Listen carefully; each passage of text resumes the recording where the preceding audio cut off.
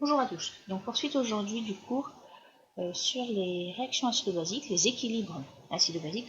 J'insiste sur le terme équilibre parce qu'il s'agit évidemment de réactions équilibrées, comme toutes celles que l'on voit dans le chapitre sur les solutions aqueuses.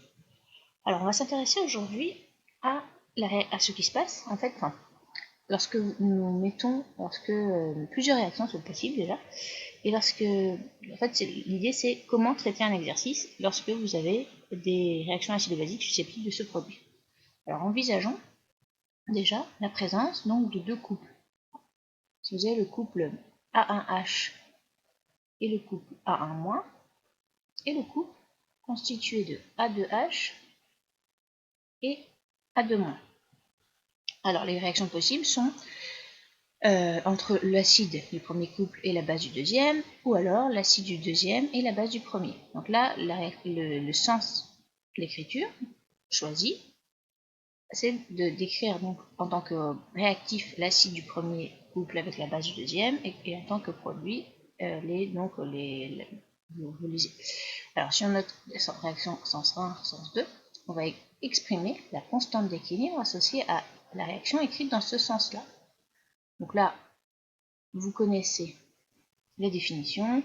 Je vais omettre le petit équilibre à chaque fois au niveau des concentrations, étant donné que eh bien, hop, là c'est un petit peu long à écrire. Voilà, je vais écrire ça comme ceci.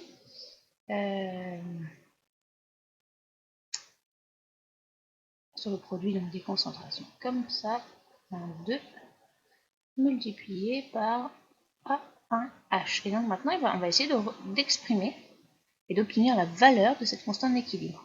Alors, il faudra que vous soyez habitués à reconnaître, grâce aux expressions des constantes d'équilibre, d'autres constantes qui interviennent dans les données. Donc là, en l'occurrence, on a des informations sur les constantes d'acidité associées à chaque couple. Je rappelle les expressions des constantes d'acidité à maîtriser, évidemment. Je ne réécris pas les expressions des réactions associées, mais vous connaissez. Donc là, vous avez K1 qui s'exprime ainsi et Ka2 qui s'exprime de la même façon, mais associé au deuxième couple cette fois. Je réécris tout pour que ce soit plus visible pour certains d'entre vous. D'autres, je pense, ont compris, ont identifié directement en comparant les expressions de K1 et Ka2, mais on va le faire et il faut que vous sachiez, que tous vous soyez capables de le faire. Avec une méthode un peu lourde ou par identification directe. Alors là, on s'aperçoit que A2H, on le retrouve ici au numérateur dans K et au dénominateur ici. A2- est au dénominateur ici, numérateur ici. Là, c'est l'inverse. K1 est au numérateur, A1 est au numérateur, A1H est au dénominateur. Donc, on va simplement effectuer le quotient des deux constantes d'équilibre, Ka1, des deux constantes d'acidité, Ka1 et Ka2, avec Ka1 au numérateur, Ka1 divisé par Ka2. Alors, n'hésitez pas, si vous le souhaitez, à multiplier sur votre copie par la concentration en H3O+, divisé par la concentration en H3O+, pour faire apparaître effectivement les constantes. Donc ici, on reconnaît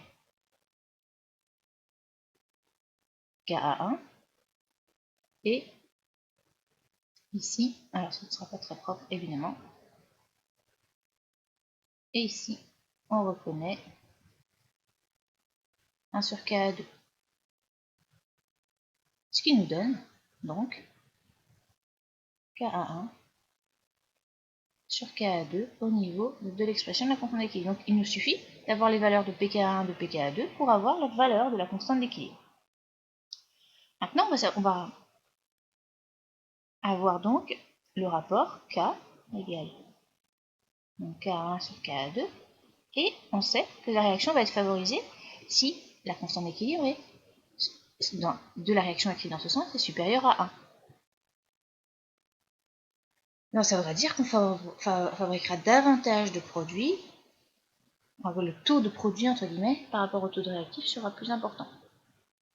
Autrement dit, si le pKa1 est inférieur au pKa2, la réaction sera favorisée.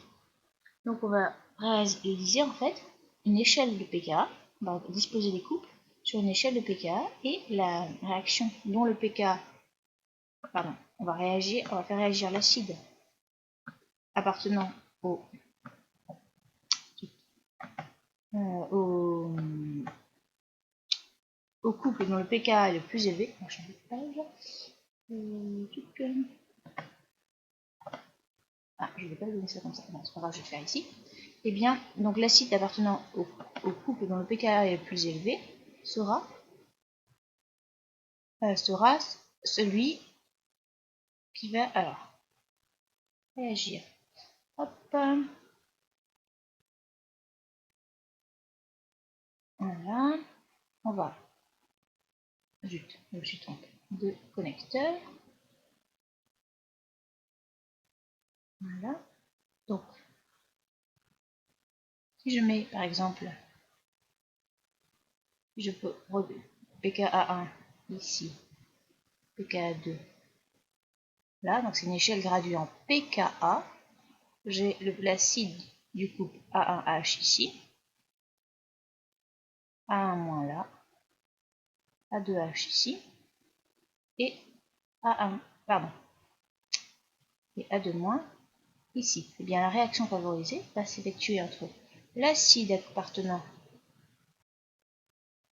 au couple de plus grand pKa et la base appartenant au de plus faible pKa et la base appartenant au couple de plus grand pKa. Règle du gamma que l'on retrouve là-dessus. Alors on va faire les exemples qui suivent et comme ça on va pouvoir eh bien, comprendre un petit peu mieux comment déterminer les constantes